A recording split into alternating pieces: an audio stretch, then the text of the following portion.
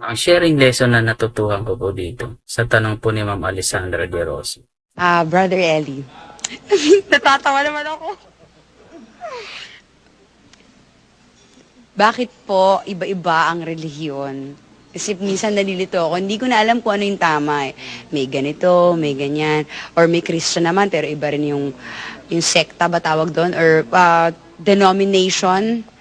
Minsan nalilito na ako, hindi ko na alam baka nasa mali ba ako, nasa tama ba ako. Pero although mali man ako tama, alam naman ni God na yung ginawa ko, yung feeling ko tama lang sa akin. Pero paki-explain nga, sige nga. Sige, pagpalabas ko nito, Yan po, kapatid. Sige. Explain natin sa kanya. Salamat sa iyo, Alessandra. No? I want to be as frank as you are. Prangka kasi yan eh. Basta pag siya hindi siya conforme. Hindi siya natatakot kahit kanino. Basta gusto niyang sabihin, sinasabi niya. Ganon din ako, Alessandra. Sapagkat frankness is being faithful. Ang pagiging prangka ay pagiging matapat sa kapwa. Sabi nga ng kawikaan Tagalog, ang pagsasabi ng tapat, pagsasamang maluwag. Sa tanong mo, nalilito ka, maraming relihiyon. Dapat alam mo yung reason bakit dumami ang relihiyon. That is the first and foremost thing that you have to know. Bakit dumami ang relihiyon? Ang sabi sa Biblia, sa 2 Korinto 2:17, ganito ang sabi. Pakibasa, kapatid na Daniel. Sapagkat hindi kami gaya ng karamihan na kinakalakal ang salita ng Diyos, kundi sa pagtatapat at gaya ng mula sa Diyos, sa harapan ng Diyos ay nagsasalita kami para kay Kristo. Yun pala. Kaya pala dumami. Sabi ng apostol na si Pablo, hindi kami gaya ng karamihan na kinakalakal ang salita ng Diyos. Marami pala nininegosyo ang relihiyon. Kaya dumami relihiyon. Bigyan kita ng halimbawa kasi bata ka pa eh. Noong panahon namin, ang soft drinks, Royal True Orange, Coca-Cola, Pepsi, soda water. 4 lang. Pepsi, Coca-Cola, Royal True Orange, soda water. Yan. Yan lang ang soft drinks nung araw. Ano ibig kong sabihin?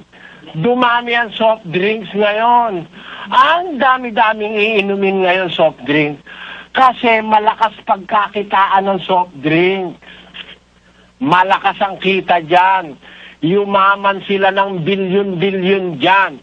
Ganyan din ang relihiyon, kaya dumami relihiyon. Malakas ang kita ng mga pastor na nanloloko. Yan ang dapat natin makita.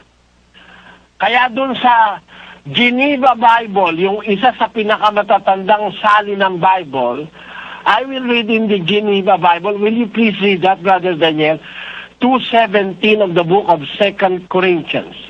For we are not as many which make merchandise of the word of God, but as of sincerity, but as of God in ye sight of God speak we in Christ. Makikita mo, pati English yan eh. Old English eh. Matanda na kasing salin yan eh. For we, double E pa yung I niya eh, are not as many which make merchandise of the Word of God. Yon. Marami pala nangangalakal ng salita ng Diyos. Kaya titingnan mo, kapatid, ang relihiyon. Nangunguwarta ba? Nagpapapera ba sa tao? Namemera ba? Sigurado, hindi sa Diyos yan. Di totoo yan.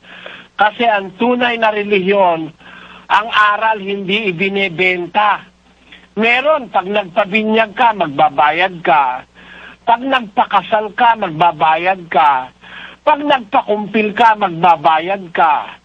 Pag namatay ka, magbabayad yung kamag-anak mo pagka ikaw ay ipinanalangin o ipinagnobena o ipinagmisa. Magbabayad pa rin.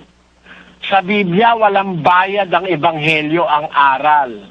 Basahin natin ang 2 Korinto 11:7. Ako nga bagay nagkasala sa pagpapakababa ko sa aking sarili upang kayo'y mga taas dahil sa ipinangaral ko sa inyo na walang bayad ang ebanghelyo ng Diyos.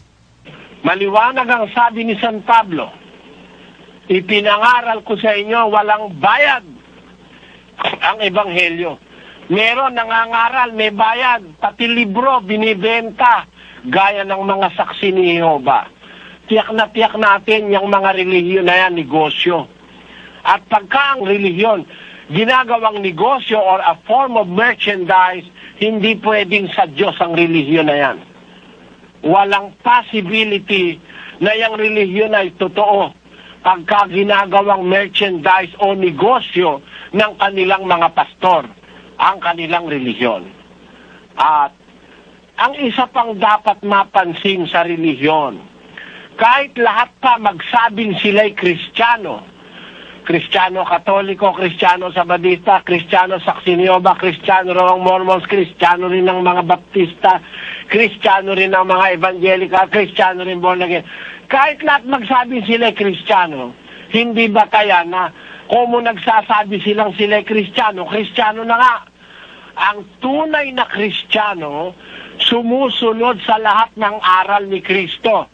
The entirety of the teachings of Christ are being followed by true Christians. The fullness of the teachings of Christ. 28:20 of the book of Matthew says, Teaching them to observe all things whatsoever I have commanded you. And lo, I am with you always, even unto the end of the world. Amen. The instruction of the Lord of Christianity is to teach all things whatsoever I have commanded you. Kailangan ituro lahat. Marami nagsasabi, Kristiyano, inalis yung ibang turo ni Kristo Yung iba naman, dinagdagan. Ang idinagdag pagkakakwartahan, mga bayad, mga offering, mga kung ano-ano, mga tithes, mga kung ano-anong pagkakapirahan niya ng idinagdag. Kaya, ingat ka lang, kapatid. Baka isa ka sa mga nadadaya o madadaya. Ingat ka, pag ang religion ay a money-making institution. If a religion, if you cannot see in such religion a form of sacrifice, service to man and service to God, especially, service to humanity, ang ginagawa, service for themselves only, enriching themselves, accumulating wealth from poor people who are more than needy than them. Imagine, a billionaire pastor ask contributions from members in the squatters area. The less fortunate is giving more fortune to the fortunate. Is that justice? Kailangan ba na ang pastor na bilyonaryo na humingi pa ng pera sa mga squatter? O kailangan siya ang magbigay sa squatter? Sagutin mo lang yung tanong ko. With justice and equity, you will know what true religion is.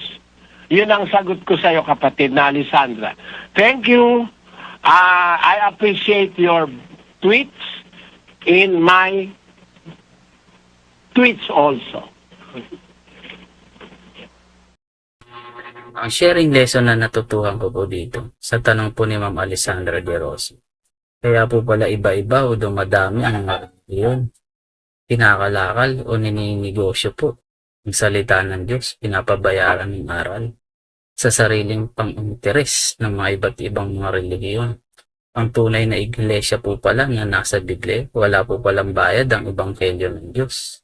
At kung sabihin naman po pala ng mga iba't ibang mga relihiyon na sila ay mga Kristiyano at hindi naman po itinuturo o ginaganap ang ebanghelyo ni Kristo ng buo, hindi po pala ito mga totoong mga Kristiyano.